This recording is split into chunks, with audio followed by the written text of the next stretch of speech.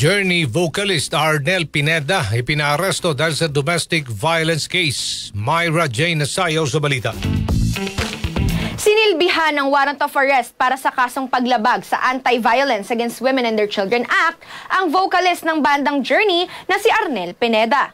Kaugnay ito ng isinampang kaso ng kanyang estranged wife dahil sa marital infidelity at psychological abuse na ipinaranas umano ng singer habang sila ay nagsasama pa simula noong 2008. Base sa inilabas na bench warrant ng Quezon City Regional Trial Court Branch 99, makailang beses umanong hindi sumipot ang singer sa mga hearing na unang itinakda noon pang September 10. Samantala, mariin namang pinabulaanan ni Arnel ang akusasyon laban sa kanya ng dating asawa.